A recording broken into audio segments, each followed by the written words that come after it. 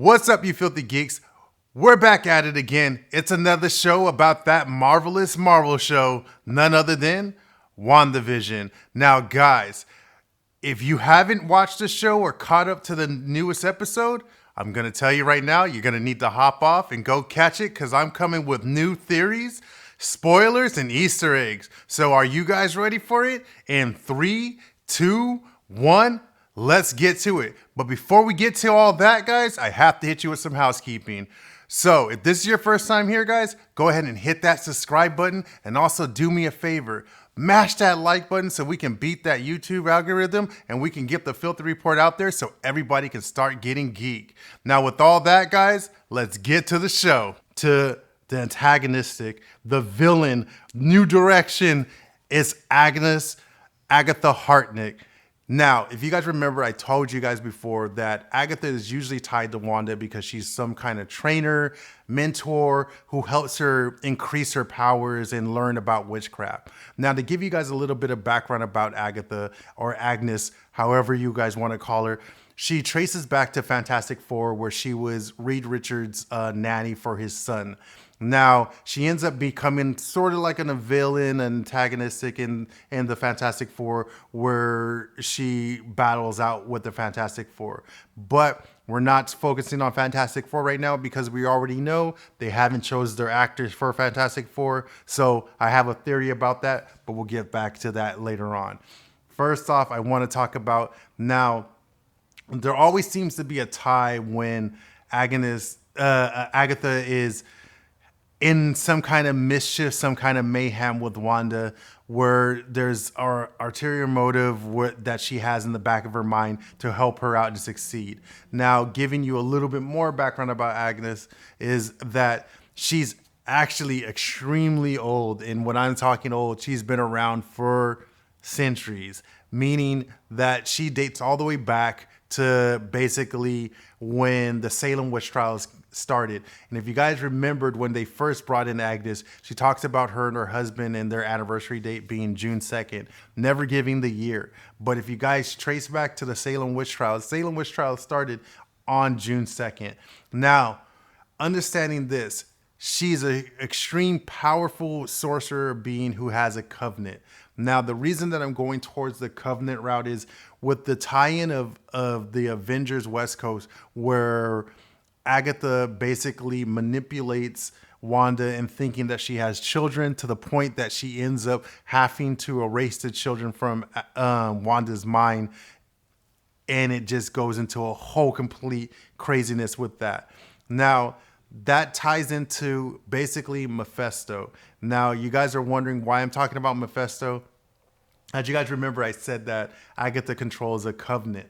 Now, when you guys see in the show that Wanda starts going down into the basement because she's wondering where her kids went. Where did her kids go?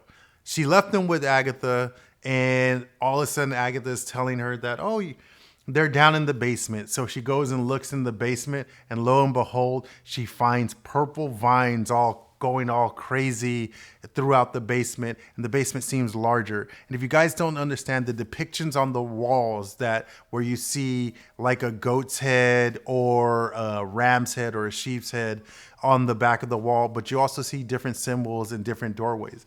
As we all know, basically that basement is huge, so we already know that she's walking out of the hex underneath the city, which leads me to believe that those doorways lead to other parts of Agatha's covenant. Now, when you talk about a covenant, we all understand that a witch's covenant has something that they either symbolize or they worship, or that there's some power that backs them. Now, with the signs of the sheep heads and the demonic beings that are down there in that basement. Now, I know you guys saw that magical book that's sitting on the table. With that book, there are a few theories about this book. Now, can it be the book that's been missing from Comitage, which is Doctor Strange's library in his sanctuary? Or can it be the Necrocon, which is another book that is dealing with demons and vampires and purgatory, and that can lead into a tie into Blade?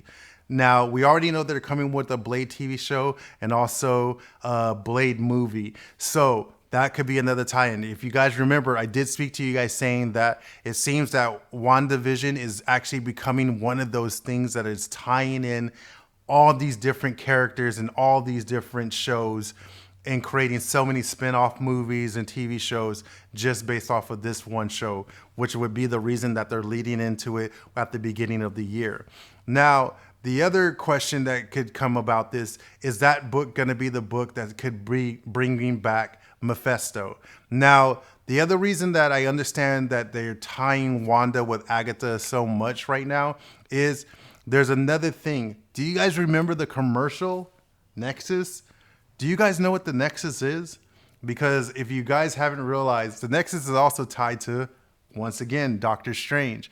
If you guys remember then the Doctor Strange movie, if you guys haven't seen it, you guys should go watch it. It's an unbelievable movie. And the CGI and the effects in it are beautiful and breathtaking. Now, if you haven't seen it or you have seen it, you probably would remember a scene that where basically Doctor Strange's master unlocks his third eye and sends his body into a transmatted dimension and where he starts traveling through, and it looks like he's basically tripping off of acid or shrooms, but what he is actually in is the Nexus. Now, the reason that Wanda is so tied to the Nexus is Wanda is one of those supreme mutants and beings who control magical powers, and she is one of those beings like Doctor Strange that lives through all the universes, meaning in every multiverse there is a Scarlet Witch, and there's only a few characters in Marvel Comics that has that kind of tie, meaning like Kane, which we'll be seeing, and I'll be talking about him more and later on when the next shows start coming out. And also, once again, Doctor Strange, Scarlet Witch, Agatha, anybody that has some kind of tie to magic or spells or some kind of cosmic being. Now, understand, guys, there's so much going on with that, but that's what I have about Agatha and Wanda's tie. Now, I can't wait to see where they're going to be going with this because I'll be diving a little bit more into it as they start releasing and showing that Mephisto is coming into order. Now, there's a lot of huge things revolving around that with Mephisto and Nightmare that could be the actual villains that are pulling the strings of Agatha Harkness. Now, stay tuned with more of the show as they start releasing more information. We'll dive more into that. And if it starts leading to that, I have an unbelievable understanding that the actor that could be playing these roles is gonna be basically mesmerizing and amazing. But I'll talk about that more as we start to see where they're going with more of the villains. Now we have to talk about Monica Rambeau. Guys, the amazement of understanding of when she's going back to the Hex. Now, we all understand we missed out and we thought that, well, it was going to be Reed Richards. Actually, I didn't think it was going to be Richards because I kind of already knew that they didn't have the actors picked out for the Fantastic Four movie, so I didn't think it was going to be him. But I did think it was going to be Blue Marvel. Now, Blue Marvel is another superhero that comes in later in the comic books that basically Monica Rambeau has a love interest with, and he's another superhero who's also a high-level engineer who probably could design something. Maybe we see him later on, maybe not. Who knows? But getting all past that, as you guys saw the car that they built for her to try to get in through the Hex, and it didn't work, ended up flying back and getting destroyed. But Monica realizes that she can go through the Hex. So she forces herself through, which creates this unbelievable scene where they have flashbacks of Captain Marvel talking to Monica when she was a child, and where you see Monica split in 4 different bodies, basically of different versions of herself in different universes at different time periods. And she sees all this, and here's the one thing that they knew about Monica is that she had toughness, and she wills herself back together. And lo and behold, when she comes through the Hex, her eyes are glowing blue, and guys, we now have Photon. Now, Understand, this is a big part, which I guarantee you is tying into Captain Marvel 2, and we're going to be seeing more of Monica Rambeau in that movie. Can't wait for it. Also, Monica Rambeau becoming Photon also leads into Mighty Avengers, the Young Avengers, a few tie-ins with the X-Men. Trust me, it's going to look great and it's going to be amazing. I can't wait to see where they go with Monica Rambeau. Now, the other thing I needed to talk to you guys was the theory about Pietro. Now, we all know that Agatha Hartnick, who is Agnes, had some control of Pietro and brought him back into this Wandavision or Wanda world, whatever you guys would like to call it in the hex. Now, the one question that everybody's asking right now is Pietro still under her control? Is he? Or is he being manipulated by somebody else? Or is it even Pietro? Now, as we cut to the ending after the credits where Monica is snooping because after Monica and Wanda have it out sort of in a kind of a quick part of a fight, which I don't believe is going to end up happening. I think it's going to be a little bit different in the next episode.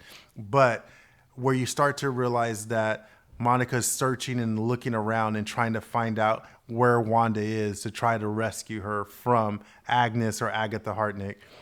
You find her opening up the basement after she looked through some windows, and who pops in but Pietro. Now, Pietro comes in saying snoopers are going to snoop. That leads me to believe that there's another theory going on here. Has anybody thought, could Pietro actually be Doctor Strange, and he's just using Pietro as an easy way to ease his way into talking to Wanda?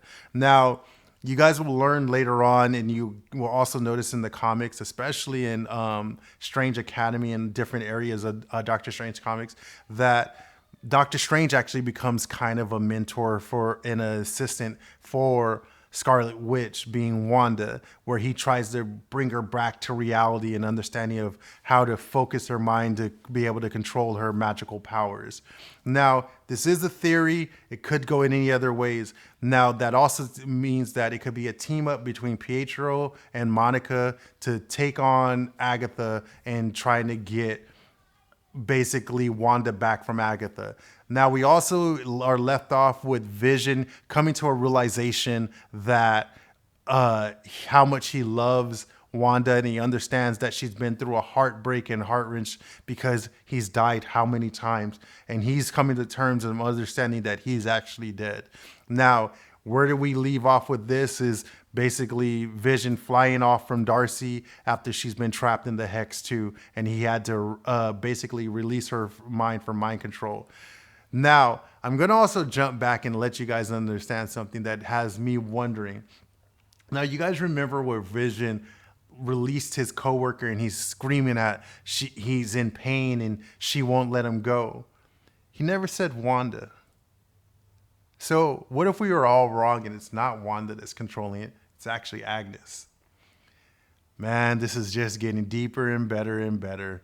I can't wait to see where this show is going to go and how much is going to go on.